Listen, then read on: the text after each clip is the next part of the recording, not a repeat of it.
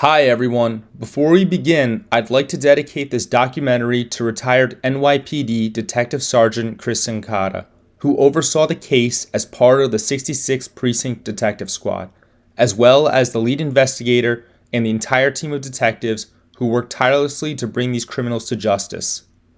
Chris supervised the same squad that Mike Moy would later join in 2003, though Mike was not involved in this particular case. We're honored to share this story, and it wouldn't be possible without the dedication and leadership of those involved. Now let's begin. Warning, the following video contains graphic imagery some people may find disturbing. Viewer discretion advised.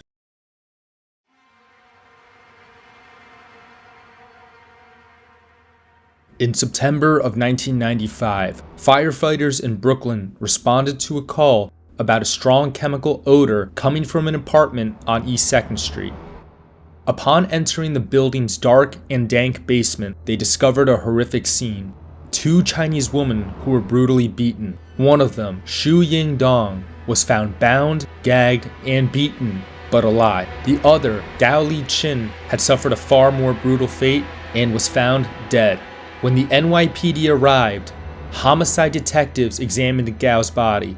In the crevice of her back, they found a King of Clubs playing card. Scrawled across it were the words, "We are the Flower Plum Gang. We are Ghost. Catch us if you can."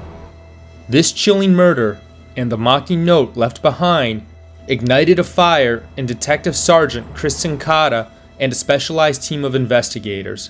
What followed was a relentless pursuit of a five-man gang responsible for a violent string of kidnappings, home invasions, and homicides.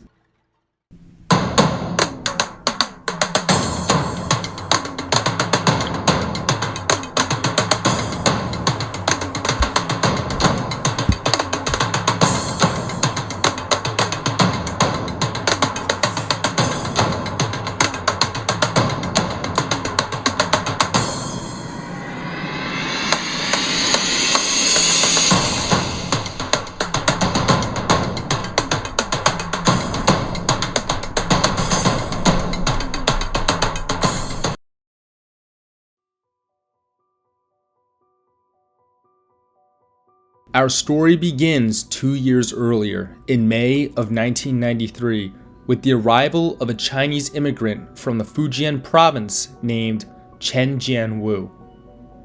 Chen traveled by boat and traversed mountains in Mexico, where he would eventually reach Los Angeles. After bouncing around the country in search of work, he eventually settled in New York and was introduced to the city by an acquaintance whose nickname was Mao Zai. Desperate to repay his family's debt, Chen was soon pulled into the criminal underworld through Mao Zai. The crew that he ran with was an offshoot of the notorious Fuqing gang. What began as petty theft quickly escalated into high-stakes robberies and kidnappings, mostly targeting Chinese communities across New York and possibly beyond. One of his first serious crimes was a home invasion in Chinatown. They knocked on the door and forced their way in as soon as it opened.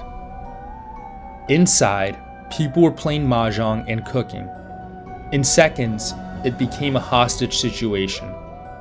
Everyone was tied up, shoved into a bedroom, and robbed of everything they had. But Chen didn't stop there. On the next job, he and his crew waited inside an apartment until a man came home from shopping.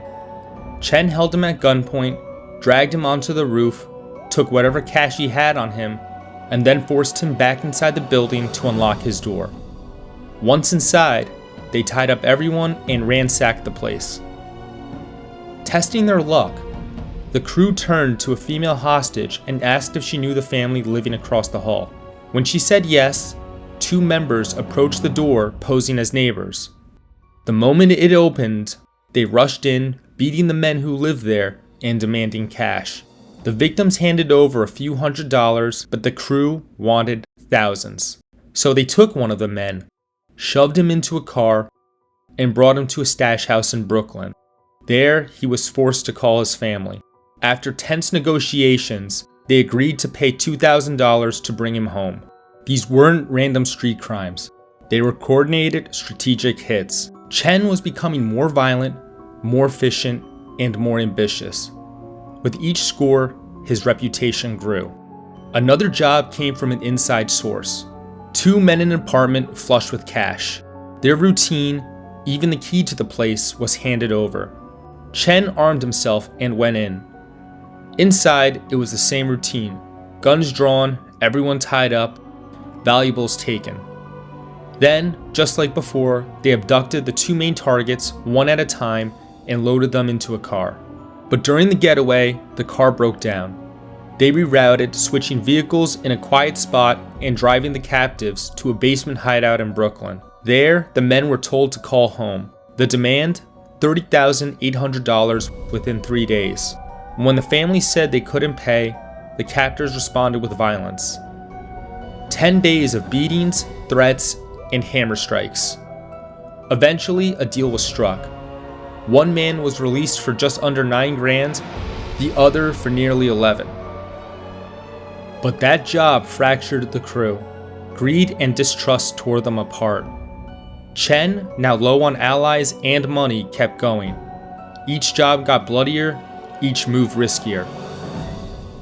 And just ahead was the basement on East 2nd Street in Brooklyn.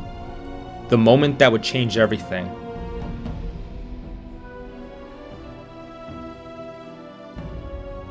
In June of that same year, the story took a personal turn. Chen's younger sister had just arrived in Los Angeles. Like him, she had no money, no friends, just a mounting debt owed to the people who smuggled her in. Then the phone rang. On the other end was a snakehead, criminals who were heavily involved in the human smuggling ring. The man threatened her to say that if she did not pay her debt, that he was going to sell her off. She was terrified. She barely spoke English, didn't know where to go in this foreign land or who to trust. The man who made the threat was a member of the Dong'an gang. She managed to reach her brother, and for once, Chen didn't hesitate. He and another associate scraped together enough cash, flew to California, and brought her back to New York. For a man deep in a life of crime, it was a rare show of loyalty. But even that act of love came wrapped in the bloodstained currency of his world. Their crimes would eventually grow darker, more violent, and far more personal. Their MO was clear: hold victims hostage, whether it be through kidnapping or home invasions, then demand ransom from their families. If the ransom couldn't be met, the consequences were horrific. Beatings with hammers, mutilation, and for female victims, sexual assault. While some scores yielded cash and valuables, many left the gang empty-handed, except for their growing reputation for cruelty. Chen wasn't just another Fujini street soldier anymore. He became the ringleader of a group called the Flower Plum Gang.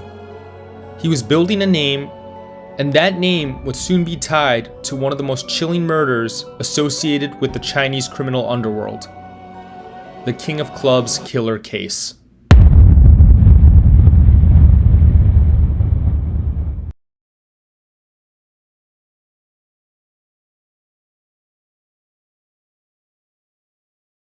In the following year, an immigrant named Gao Li Chin contacted snakeheads to forge her a passport for $37,000 as she was in search of a better life and to join her husband, who worked at a restaurant in New Jersey.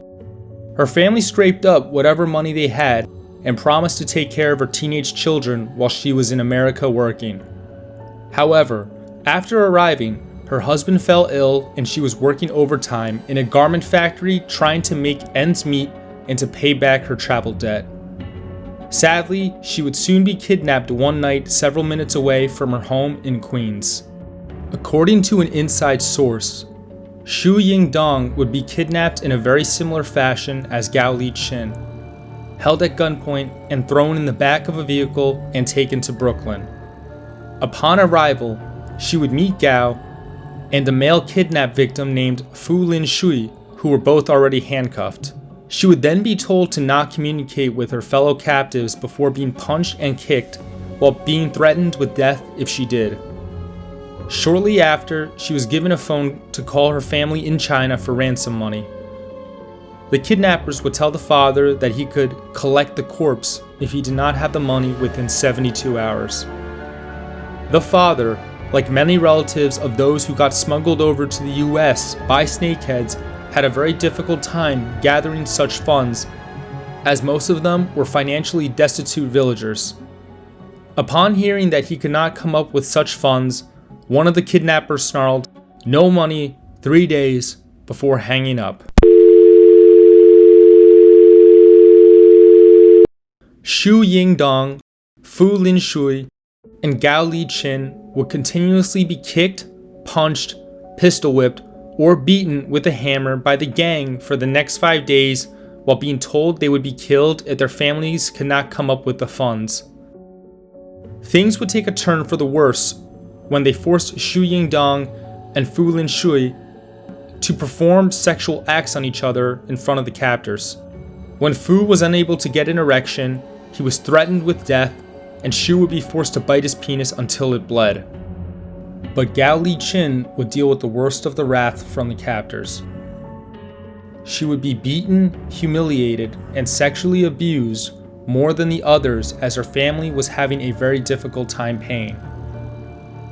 Once they found out that Gao's parents could not pay, they stuffed a towel in her mouth and turned the volume up on the TV so the other tenants couldn't hear anything before chopping her finger off in front of the other two.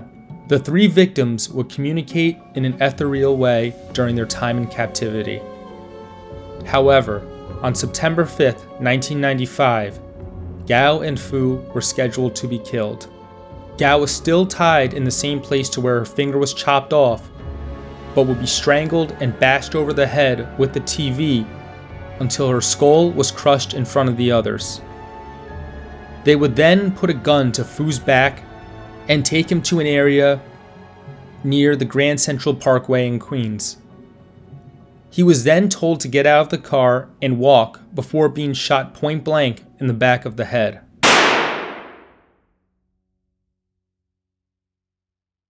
In that moment, Xu Yingdong made a decision: wait to die or try to escape the nightmare. Despite being tied together by both hands and ankles, she began wiggling her way over to the nearby stove before picking up a noodle box with her teeth and placing it on the stove before she decided to turn on the stove handles with her mouth. This crucial moment would play a huge turning point as firefighters were alarmed and discovered both her and the body of Gao. While the authorities were alerted, it would turn out that Fu would miraculously survive and ran to a nearby residence despite having a bullet lodged in his skull. Because of the language barrier and the Chinese community's general distrust for police officers, they were initially having a very hard time finding out who was responsible for this, along with the fact that Fu, Xu, and Gao had fallen victim to the same criminals. Initially, when taking on this case, Detective Sergeant Cincotta knew that this would be a very difficult task given that all the people involved in this ring came to this country illegally. As investigators dug deeper, they discovered the gang's tactics were highly sophisticated. They used phone cards, cloned cell phones, and used back-channel landlines to make untraceable international calls. Once word spread that Xu had begun cooperating with the police, the group quickly departed for the West Coast. Authorities would begin digging for clues and found out that a gas and an electric bill that required a photo of its user, Chen Jianwu.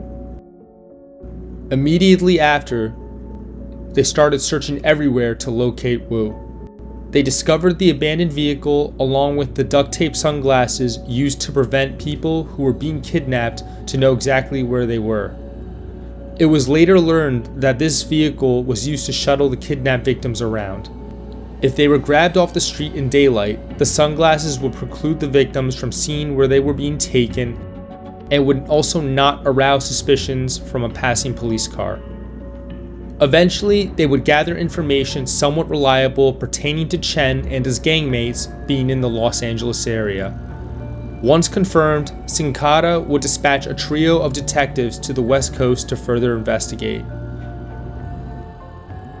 While they were over there, they were welcomed warmly by local law enforcement and would soon begin hitting every lead they were provided with, and utilized a combination of new technology and classic investigative techniques such as door pounding and asking locals if they've seen the perpetrators.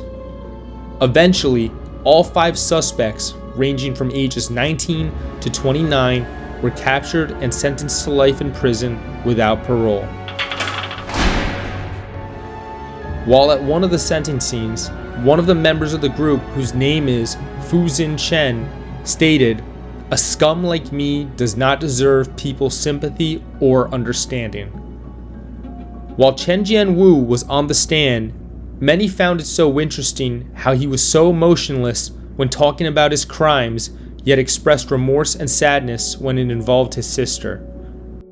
In a 2024 Daily News article, Chen Jianwu and another member within his group requested early release, stating that they are reformed and that their brains weren't fully developed at the time of the crimes they committed.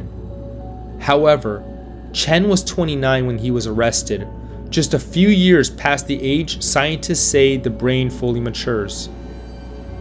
But after the violence and lives destroyed, is real change even possible? What was supposed to be a hopeful journey to the land of opportunity became a nightmare of transnational horror. For the victims, it ended in pain, trauma, and in some cases, death. In a way, Chen was a victim too, though an unsympathetic one. This is a story of hope twisted by desperation. A tale of dreams derailed by greed, cruelty, and survival. A tragic portrait of the American dream gone terribly wrong.